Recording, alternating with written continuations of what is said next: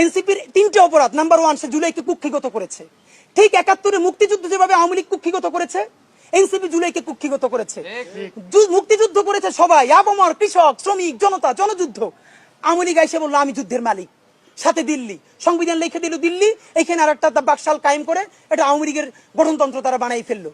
জুলাইকে কুক্ষিগত তারা করেছে।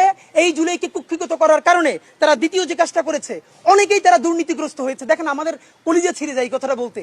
আজ থেকে 10 মাস আগে যেই ছেলেটা দেখেছি সারা গায়ে আঘাতের চিহ্ন, জুলাইয়ের আন্দোলন করতে গিয়া, সেই সব ছেলে মেয়ে মাত্র 8-10 মাসের মধ্যে কিভাবে কোটি টাকার মালিক হইতে পারে, এই চিন্তা আমাদেরও ঘুম আসে না। 10 মাস তো, আরে রাজনীতি তো এখন 5 বছরের না, রাজনীতি তো 50 বছরের। কষ্ট করে বসে থাকলে আগামী বাংলাদেশ হয়তো আমাদের, জুলাই যোদ্ধাদের।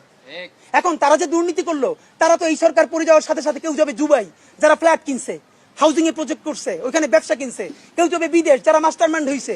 এই লক্ষ লক্ষ জুলাই জনতা কোথায় যাবে?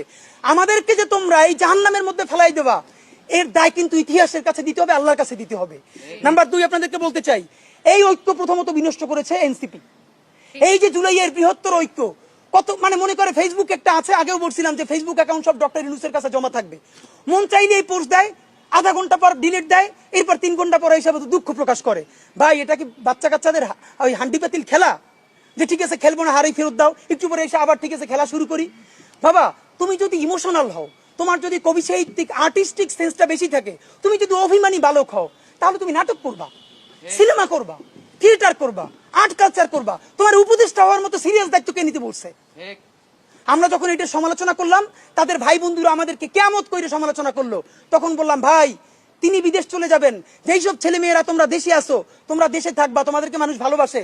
ভাইয়ের রাজনীতি কইরা জনগণের বিরুদ্ধে যাইও না, জনগণের বিপক্ষে গিয়ে ভাইয়ের রাজনীতি করলা। এখন তোমার ভাই তো তওবা করছে, তোমরা তওবা করবা কার কাছে? এই জন্য ইনসাফের উপরে থাকেন, নিজের বিবেকের উপরে থাকেন, বিবেক কোনোদিন বর্গা দিয়েন না।